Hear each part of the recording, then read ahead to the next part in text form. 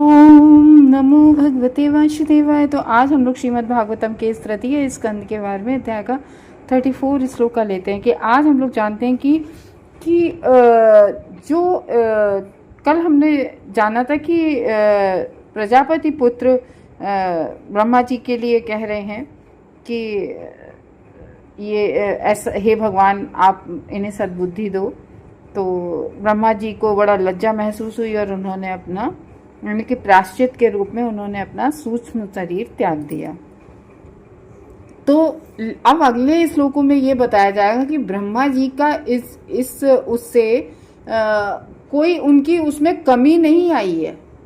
ब्रह्मा जी की जो पद है, ब्रह्मा जी की जो तो वो बहुत उच्च कोटि के भगवान के भक्त हैं। पैदा होते हुए ही तपस्या करने लगे थे और बहुत तप किया और हमेशा करते ही रहते हैं। तो आगे हम लोग देखेंगे कि ब्रह्मा जी की में मतलब ऐसा नहीं है कि इस कृत्य से उनके किसी अगर उनको ये उनके लिए भगवान को अगर नाराजगी हुई होती तो भगवान उनसे सृष्टि का कार्य ले लेते। और ब्रह्मा जी में बहुत क्वालिटी है। तो ब्रह्मा जी जो है स्वयं पूरे ब्रह्मांड के सृष्टा हैं और भगवान के बहुत बड़े भक्त हैं। और सबसे पहला स्थान 12 महाजनों में ब्रह्मा जी को दिया तो यमराज ने। और आगे हम देखेंगे 9वें-10वें अध्याय में ब्रह्मा जी के बारे में। तो हम लोग चलते हैं आगे। कदाचित् ध्यायता सश्रुर्वेदा आसन चतुर्मुखात् कथम सहस्र याम्य हम लोकान संभेतान यथा पुरा। तो एक बार जब ब्रह्मा ये सोच रहे थे कि विगत कल्प की तरह लोगों की सृष्टि कैसे की जाए, एक बार ऐसे सोच रहे थे कि पहले कल्पों में मैंने जो सृष्टि की है वो कैसे की जाए। तो चारों वेद जिनमें सभी प्रकार का ज्ञान निहित है उनके चारों मुख से प्रकट हो गए। तो ब्रह्मा जी के 4 मुख हैं और चारों वेद, हर वेद उनके एक एक मुख से प्रकट हुए। तो इसमें बता रहे हैं कि देखो अगर सृष्टि का भी कार्य रहा, ये होने के बाद में सृष्टि का कार्य भी कर रहे हैं। और देखो अगर कोई किसी का फॉल डाउन होता है या तो उसके मुख से वेद निश्चित नहीं होते हैं और उनके वेद भी चारों मुखों से। और इस बात से एक और समझ में आ रही है कि वेद ऐसा नहीं है कि किसी भौतिक जगत के इंसान ने लिखे हों। वेद स्वयं ब्रह्मा जी ने वेदों का ज्ञान भगवान जी ने स्वयं वेदों का ज्ञान ब्रह्मा जी को दिया और ब्रह्मा जी के चारों मुखों से, हर मुख से एक एक वेद प्रकट हुआ है। तो कि अब आप ये कहो क्यों नहीं ब्रह्मा जी, मतलब क्यों नहीं उनकी गलती। तो देखो ब्रह्मा जी की वो पोस्ट है, जैसे सूर्य है, कल जैसे सूर्य का एग्जाम्पल दिया, अग्नि है, आज अग्नि का एग्जाम्पल, कि अग्नि में कुछ भी आप डाल दो गंदा संदा, अग्नि की पवित्रता कभी समाप्त नहीं होती है, कभी भी समाप्त। कभी कहा जा सकता है कि अरे इस अग्नि में ये गिर गया तो ये अग्नि अपवित्र हो गई। अग्नि हमेशा पवित्र रहती है। सूर्य भगवान गंगा मैया का जल भी सोखते हैं और नाली का कीचड़ भी सोखते हैं। तो सूर्य की पवित्रता में कभी कोई कमी नहीं आती है। ऐसे ही ब्रह्मा जी हैं।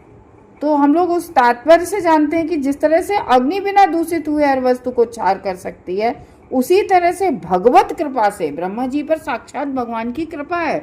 और हम लोगों के लिए भी तो कहा जाता है कि भगवान का एक नाम असंख्य पापों को नष्ट कर देता है। असंख्य पाप जलकर विनष्ट हो जाते हैं। अजामिल का एग्जाम्पल हम लोगों के सामने स्पष्ट है। तो इसलिए ब्रह्मा जी बहुत तपस्वी हैं, हमेशा तपस्या ही करते रहते हैं। तो भगवत कृपा से ब्रह्मा की महानता रूपी अग्नि ने उनकी पुत्री के साथ पापूर्ण अनाचार की उनकी इच्छा को छार कर दिया। तो जो उन्होंने जो भगवान की कृपा उन पर हुई तो उनका एक जो कृत्य था वो उसको भगवान ने छार कर दिया। वेद समस्त ज्ञान के स्रोत हैं। देखो ब्रह्मा जी को ब्रह्मा जी ने जो पूरी सृष्टि की है, जैसे हम लोगों ने फर्स्ट कैंटो में पढ़ा था, जैसे मकड़ी जाला बनाती है अपने ही पेट से वो तत्व निकालती, कहीं बाहर से कुछ नहीं लेती है, और उसी से पूरा एक पदार्थ निकलता है और उसी से वो इतना बड़ा जाला बुन देती है। ऐसे ही ब्रह्मा जी सब अपने से ही पूरी सृष्टि इस जगत की कर देते हैं। तो इसलिए कहा जाता है वेद समस्त ज्ञान के स्रोत है, सारा ज्ञान वेदों से ही आया है। और जब ब्रह्मा पुनः सृष्टि करने का विचार कर रहे थे तो फिर पूर्ण पुरुषोत्तम भगवान की कृपा से सर्वप्रथम ब्रह्मा के समक्ष प्रकट किए गए। ब्रह्मा अपनी भगवत भक्ति के कारण शक्तिशाली हैं। उन्होंने भगवान की इतनी भक्ति की है, इतनी तपस्या की है कि वो शक्तिशाली हैं भगवान। श्री भगवान अपने उस भक्त को सदैव क्षमा करने हेतु तैयार रहते हैं जो कदाचित अपनी भक्ति के सन्मार्ग से पतित हो जाता है। तो भगवान का अगर कोई भक्त है और उसने गलती रियलाइज कर ली कि हाँ ये गलती हो गई है, तो ऐसा नहीं है कि फिर हम फिर भगवान का नाम ले लें और फिर पाप कर लें, फिर भगवान का नाम, उस टेंडेंसी से तो भगवान कभी माफ नहीं करते। एक बार हो गई गलती तो भगवान अपनी भक्ति के, जो भक्ति के सन्मार्ग पे चल रहा है, वो पतित अगर हो गया कभी एक भी बार, तो भगवान क्षमा कर देते हैं। क्योंकि इसका जो आगे हम लोग भागवतम में पढ़ेंगे 11वें स्कंद में, हमारा तो अभी पूरा हो गया है 12वां स्कंद, तो अभी कुछ ही दिन पहले हमने 11वां पढ़ा था। तो 11वें स्कंद का जो 5वां अध्याय है उसके 42वें श्लोक में इसकी पुष्टि हुई है। वो श्लोक क्या है? स्वपाद मूलम भजता प्रियस्य त्यक्तान्य भावस्य हरि परेशा विकर्म यचोत्पतितं कथम चेत् धुनोति सर्वहृदि सन्निविष्टः। बहुत अच्छा है श्लोक।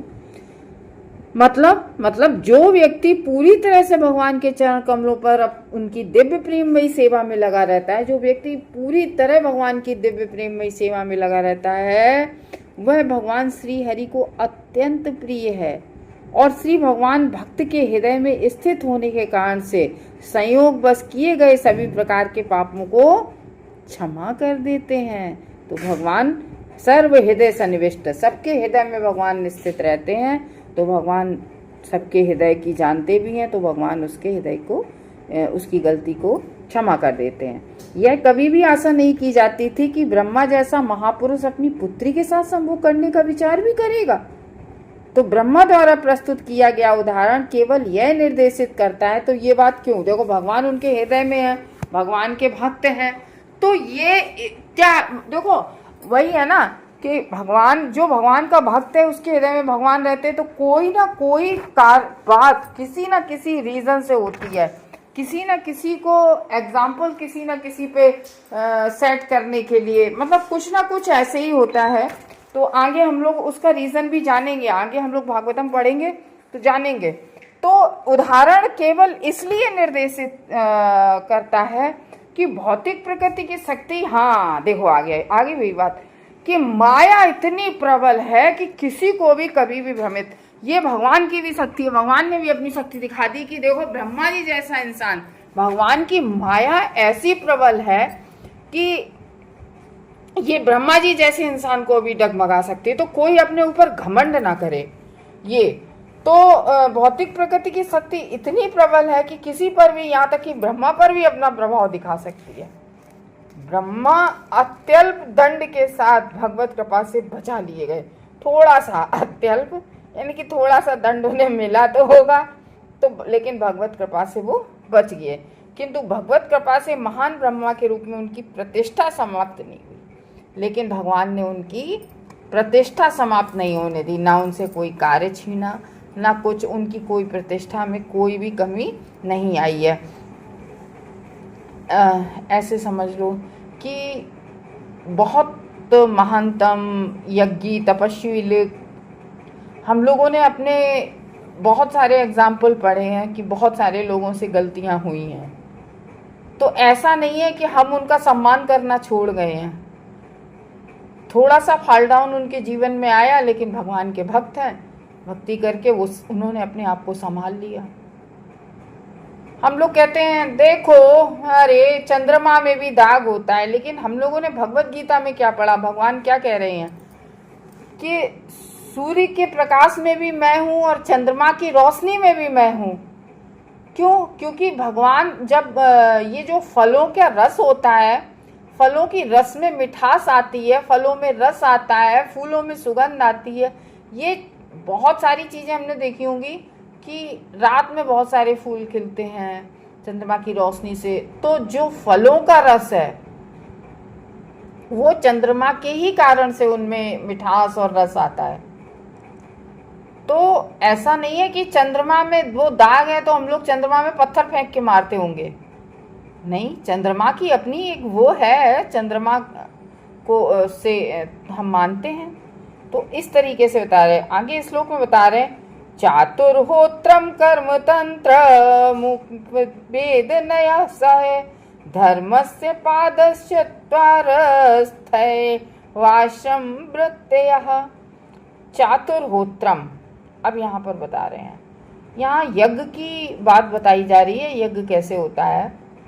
चातुर्होत्रम, चातुर चार, होत्रम यज्ञ की सामग्री, यानी कि कर्म तंत्रम ऐसे कार्यकलाप का विस्तार, यानी कि यज्ञ को समाहित करने वाली 4 प्रकार की सामग्री प्रकट इसमें बताई गई हैं। वो क्या क्या सामग्री 4 प्रकार की होती हैं? ये होती है, इस प्रकार है, यज्ञकर्ता, यानी कि एक तो यानी कि जो यज्ञ होते हैं वो चार लोग उसको पूरा कराते हैं। यज्ञकर्ता यानी कि एक तो यज्ञ कराने वाला, और दूसरा होता है आहुति देने वाला, यानी कि एक मंत्र पढ़ता है, मंत्र पढ़ के दूसरा आहुति देता है। अग्नि तथा उपवेदों के रूप में संपन्न कर्म, तीसरा कर्म कराता है जो उसके कर्म आदि होते हैं। और इसने मतलब ये बता रहे हैं कि धर्म के जैसे जो 4 सिद्धांत होते हैं, धर्म के हम लोग 4 सिद्धांत पढ़ते हैं। धर्म किन 4 सिद्धांतों पर टिका है? सत्य, तप, दया तथा स्वच्छता, ये 4 हैं। लेकिन हम लोगों ने जाना था ना कि परीक्षित महाराज ने जब वो उनके पास वो आया था धर्म रूपी बैल, परीक्षित महाराज के पास, तो उस धर्म रूपी बैल वो किस पे था? सिर्फ एक पैर पर था। 3 पैर उसकी कली ने तोड़ दी थी, है ना, 3 पैर तोड़ दिए थे। तो इसका मतलब क्या है कि जो हमारे 4 युग हैं, सतयुग है ना, द्वापर, त्रेता और ये कलयुग, तो हर युग में एक एक पांव कम होता चला गया। आज जो है केवल एक सत्य के उस पे टिका हुआ है, ठीक है ना। तो ये जो 4 हैं, सत्य, तप, दया तथा स्वच्छता, अब तप नहीं रहा, अब दया नहीं रही, स्वच्छता वो नहीं रही, तो सत्य पर टिका है। तथा चारों आश्रमों के कर्तव्य भी प्रकट हुए। और क्या हुए? चारों आश्रम किससे? ब्रह्मा जी से। यहाँ ये बता रहे हैं ब्रह्मा जी से क्या क्या प्रकट हुआ है। 4 आश्रम हम लोग जानते ही हैं, ठीक है ना। तो खाना, सोना, रक्षा करना तथा संभोग करना, ठीक है। तो ये जो 4 शारीरिक मांगे हैं ये तो पशुएं भी करते हैं, ठीक है ना। वो कहते नहीं है कि आहार, निद्रा, भय, मैथुन, ये तो 4 जानवर भी करते हैं। और बद्ध जीव क्या कर रहा है? यही तो कर रहा है, खा रहा है, पी रहा है, सो रहा है, और अपना डर के लिए अपनी एक सुरक्षा भी बनाई है, ठीक है ना। तो इस तरीके से जो 4 शारीरिक मांगे पशुओं तथा मनुष्यों में समान रूप से पाई जाती हैं। अंतर क्या है? अंतर यही है कि धर्म करो, भगवान की भक्ति करो, है ना। अपना ये समझ में आए कि ये तो 4 काम पशु भी कर रहे हैं, ये कि हम किस लिए इस धरती पर आए हैं, हमें क्या करना चाहिए। मानव समाज को पशुओं से विलग करते हुए वर्णों तथा आश्रमों के रूप में धार्मिक कार्यक्रम संपन्न किए जाते हैं। मतलब कि हम मनुष्य हैं तो हम केवल खाने पीने सोने में न लगे रहें, तो हम उसके अतिरिक्त जो 4 कार्य पशु भी करते हैं उसके अतिरिक्त हमें क्या करना चाहिए? हमें धार्मिक कार्यकलाप संपन्न करने चाहिए, हमें आध्यात्मिक कार्य करने चाहिए। और इसका और ये आध्यात्मिक कार्यों का उल्लेख कहाँ है? वैदिक ग्रंथों में है। और जब 4 वेद ब्रह्मा के चारों मुख से उत्पन्न हुए तो ब्रह्मा द्वारा इनका प्रकट किया गया। इस तरह से वर्णाश्रम के रूप में मानव कर्तव्यों की स्थापना की गई। तो वर्णाश्रम यानी कि यहाँ पर किन किन बारों में बताया गया कि जो वर्ण आश्रम है ये भी ब्रह्मा से प्रकट हुए, तो किस आश्रम में क्या करना चाहिए, ठीक है ना, कि हमें संन्यास आश्रम में क्या करना चाहिए, है ना, हमें तो अलग अलग जो 4 आश्रम होते हैं सभ्य पुरुष इनका पालन कर सकें। जो लोग परंपरागत रूप से इन सिद्धांतों का पालन करते हैं वे आर्य या प्रगतिशील मानव कहलाते हैं। तो जो इनका पालन करते हैं वो आर्य कहलाते हैं, वो वैष्णव कहलाते हैं, वो प्रगतिशील मानव कहलाते हैं। तो ये बताया गया है। फिर अब विदुर क्या कह रहे हैं, विदुर क्या पूछ रहे हैं, सवै विश्व सजामी सो वेदादीन मुखो तो सृजतः यद यद एना सृजत देवस्तन्हि ब्रूहि तपोधन। विदुर पूछ रहे हैं, विदुर कह रहे हैं, विदुर ने कहा हे तपोधन महामुनि, किससे, मैत्रेय ऋषि, और विदुर मैत्रेय ऋषि विदुर को ये सब तत्व ज्ञान दे रहे हैं। तब विदुर अब कह रहे हैं कि हे तपोधन महामुनि, कृपया मुझसे ये भी आगे बतलाएं कि ब्रह्मा ने किस तरह से और किसकी सहायता से उस वैदिक ज्ञान की स्थापना की जो उनके मुखारविंद से निकला था। तो यहाँ पर वो पूछ रहे हैं, क्योंकि देखो भागवतम क्या है, क्वेश्चन फिर उसके आंसर। तो यहाँ पर अब विदुर ने एक फिर क्वेश्चन बढ़ा दिया, ऐसे ही भागवतम आगे बढ़ी है। तो विदुर ने पूछा कि अच्छा, जैसे पहले सुखमनी सुना रहे हैं तो परीक्षित महाराज उनसे क्वेश्चन करते थे, ऐसे ही यहाँ पर जब मैत्रेय ऋषि सुना रहे हैं तो विदुर ने ये क्वेश्चन किया कि जो वैदिक ज्ञान उनके मुख से जो वेदों का ज्ञान निकला है तो वो कैसे, किसकी सहायता से उनके मुखारविंद से निकला। तो मैत्रेय ऋषि कह रहे हैं, ऋग यज साम अथर्वाख्यान वेदान पूर्वाधिर्मुख शास्त्रामेज्यम स्तुति स्तोमम प्रयाश्चित्तम व्यधात क्रमात्। तो मैत्रेय मुनि ने कहा यहाँ वो चारों वेद ये ऋग यज साम अथर्व कैसे, किस मुख से। तो श्री मैत्रेय मुनि ने कहा कि ब्रह्मा के सामने वाले मुख से प्रारंभ होकर, मतलब ये पूछ रहे हैं कि जो उनके 4 मुख हैं तो किस मुख से कौन सा वेद निकला, ये पूछा। तो अब मैत्रेय बता रहे हैं कि उनका जो सामने वाला मुख था, ठीक है ना, मैत्रेय ने कहा ब्रह्मा के सामने वाले मुख से प्रारंभ हुआ सबसे पहले क्रमशः चारों वेद, ऋग यजुर साम अथर्व, ये यानी कि क्लॉक वाइज जिसको कहते हैं, कि यानी कि सामने पहले ये जैसे ईस्ट में मुंह करे बैठे हैं तो पहले ईस्ट में, मतलब जो पूर्व वाला सामने वाला मुंह है उससे कौन सा निकला, ऋग, और उसके बाद ईस्ट के बाद उसके बाद आप ऐसे सर्कल में चलिए, ईस्ट के बाद तुरंत क्या आ जाता है, साउथ आ जाता है, ठीक है ना। जैसे हम ईस्ट की तरफ बैठते हैं तो हमारा ये जो सीधा वाला जो कान है ये हमारा, जैसे हमने ईस्ट की तरफ मुंह करके बैठे तो हमारा राइट हैंड साइड का जो कान है ये साउथ की तरफ हो जाएगा, तो नहीं होगा। तो अब साउथ हुआ, यानी कि ईस्ट अगर क्लॉकवाइज चले तो ईस्ट, साउथ, वेस्ट, नॉर्थ। तो ऐसे जो 4 मुख है ब्रह्मा जी के वो चलते हैं कि यानी कि जो ईस्ट वाला है मुख ब्रह्मा का उससे ऋग निकला, जो साउथ वाला है मुख उससे यजुर निकला, जो पीछे वेस्ट वाला मुख है उससे साम निकला, और जो नॉर्थ वाला उत्तर वाला है उससे अथर्व अभिभूत हुए। तत्पश्चात उसके बाद इनके पूर्व अनुच्चरित वैदिक स्तोत्र, मतलब फिर ये तो निकले ही चारों वेद, चारों मुखों से, हर मुख से एक वेद, तो इसके पूर्व अनुच्चरित वैदिक स्तोत्र, पुरोहित अनुष्ठान, पाठ की विषय वस्तु तथा दिव्य कार्यकलाप एक एक करके स्थापित किए गए। तो इस तरीके से ये सभी भी एक एक करके सारे के सारे स्थापित किए गए। ये मैत्रेय ऋषि आंसर दे रहे हैं। आयुर्वेदम धनुर्वेदम गांधर्वेदम आत्मना स्थापत्यम 4 सृजत वेदम क्रमात् पूर्वादि विमुख है। उन्होंने देखो क्या क्या किया ब्रह्मा जी ने, ब्रह्मा जी के कार्य देखो कितने बड़े बड़े हैं। अगर कोई पतित व्यक्ति हो तो वो इतने कार्य कर सकता है, तो नहीं होंगे। तो इससे ये होता है कि जैसे कोई भी हमें गाली भी देता है या हमें कोई प्रताड़ित करता है तो जरूर ईश्वर की उसमें इच्छा रही होती होगी। भागवतम से तो यही समझ में आ रहा है। आयुर्वेदम धनुर्वेदम गांधर्वेदात्मनः स्थापत्यम 4 सृजत वेदम क्रमात् पूर्वादि विमुख है। उन्होंने औषधि विज्ञान सैन्य विज्ञान, संगीत कला तथा स्थापत्य विज्ञान को सृजन भी वेदों से किया। वेदों से इन्होंने ये कार्य भी किए ब्रह्मा जी ने।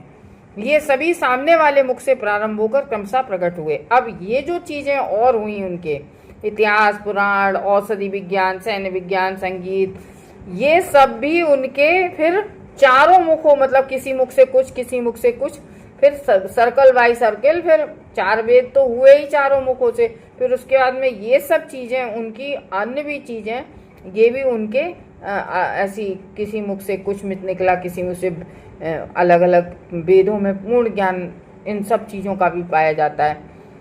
तो देखो, सोचो ब्रह्मा जी कितने बड़े आचार्य थे, हर चीज का ज्ञान, वेद, पुराण, औषधि विज्ञान, सैन्य विज्ञान, वाह, सब चीज कितनी उनमें विद्या भरी होगी। तभी तो कहा जाता है वो सामान्य देह के बने हुए नहीं है, वो बुद्धि तत्व के बने हुए हैं ब्रह्मा जी। ब्रह्मा जी का पूरा शरीर बुद्धि तत्व का बना हुआ है। तो वेदों में पूर्ण ज्ञान पाया जाता है, जिसमें न केवल इस ग्रह के अपितु अन्य मानव ग्रहों के समाज के लिए भी आवश्यक सभी प्रकार का ज्ञान सम्मिलित है। तो ऐसा नहीं है कि पृथ्वी का ही सब ज्ञान हो, जो और भी, क्योंकि पूरे ब्रह्मांड की सृष्टि की है ना, तो और भी ग्रह हैं, और भी ग्रह में और भी अलग अलग तरह के प्राणी रहते हैं, उनकी अलग अलग तरह की विज्ञान होगी। ये तो केवल पृथ्वी की बातें बताई जा रही हैं, पृथ्वी पे जो सैन्य विज्ञान वगैरह, संगीत वगैरह है। अब ये कहो कि वो आचार्य थे, ब्राह्मण थे, तो उनमें सैन्य विज्ञान कहाँ से आया? तो देखो, हमारे जो द्रोणाचार्य थे वो ब्राह्मण थे, उन्होंने भी अस्त्र शस्त्र की शिक्षा पांडवों को भी दी और कौरवों को भी दी, सबको दी। तो ये है, मानव ग्रहों के समाज के लिए ये आवश्यक है, सभी प्रकार का ज्ञान सम्मिलित है। ऐसा समझा जाता है कि सामाजिक व्यवस्था बनाए रखने के हेतु सैन्य कला भी उसी तरह आवश्यक ज्ञान है। तो मतलब ऐसा नहीं है कि गुरु है, गुरु तो शिक्षा देता है, उसे जो सैन्य कला की क्या जरूरत, तो फिर बताया जाता है कि ये देखो, क्योंकि उन्होंने पूरी सृष्टि का वो किया है, तो वो जो भौतिक जगत संचालन के लिए हर चीज की जरूरत होती है, सैन्य कला की भी जरूरत होती है। तो जिस तरह से संगीत कला है, वैसे ही सैन्य कला भी है। ज्ञान की ये सारे समूह पुराण या वेदों के पूरक कहलाते हैं। तो वेदों का मुख्य विषय क्या है? आध्यात्मिक ज्ञान। वेदों का मुख्य विषय आध्यात्मिक ज्ञान है। किंतु मनुष्यों के ज्ञान की आध्यात्मिक रुचि में सहायता पहुंचाने हेतु अन्य जानकारी वैदिक ज्ञान की आवश्यकता सूचनाओं का निर्माण करती है, जैसा कि ऊपर कहा गया है। तो इसमें यह बताया है कि मनुष्यों का ज्ञान है जो, तो वो आध्यात्मिक रुचि में ये सहायता लगाता है, और ये सब वैदिक ज्ञान की बहुत आवश्यक सूचना होती है। तो इस तरीके से हम लोगों ने जाना कि बच्चे, हम लोगों के जो 4 वर्ण, 4 आश्रम के बारे में हम लोगों ने जाना कि किस तरीके से 4 वर्ण जो हमारे समाज को चलाते हैं, कि ब्राह्मण, क्षत्रिय, वैश्य, शूद्र, और जो आश्रम होते हैं वो हमारे गृहस्थ आश्रम दूसरे नंबर पे आता है। पहला जो बच्चे गुरुकुल जाते हैं पढ़ने, तो वो होता है आश्रम, दूसरा गृहस्थ आश्रम होता है, तीसरा वानप्रस्थ आश्रम होता है, चौथा संन्यास आश्रम होता है। तो ये अपने जैसे 25 वर्ष तक पहले बच्चा क्या ज्ञान प्राप्त करता है, फिर विवाह करके गृहस्थ आश्रम में प्रवेश करता है 25 वर्ष के बाद, फिर उसके बाद में जो आज की स्थिति हम बता रहे 25 के बाद, फिर वानप्रस्थ आश्रम में, यानी कि जब बच्चे बड़े हो जाते हैं उनका विवाह इत्यादि करके बच्चों पे जिम्मेदारी डाल दी जाती है। फिर उसके बाद में 70 वर्ष 80 वर्ष के बाद फिर गृह छोड़ दिया जाता है, घर को छोड़ के मतलब केवल पूजन विधि में बिल्कुल अपने को लगा लिया जाता है। तो इस तरीके से यहाँ पर जो भी कुछ निकला है सब ब्रह्मा जी के ज्ञान से प्रकट हुआ है। हरे कृष्ण भक्त।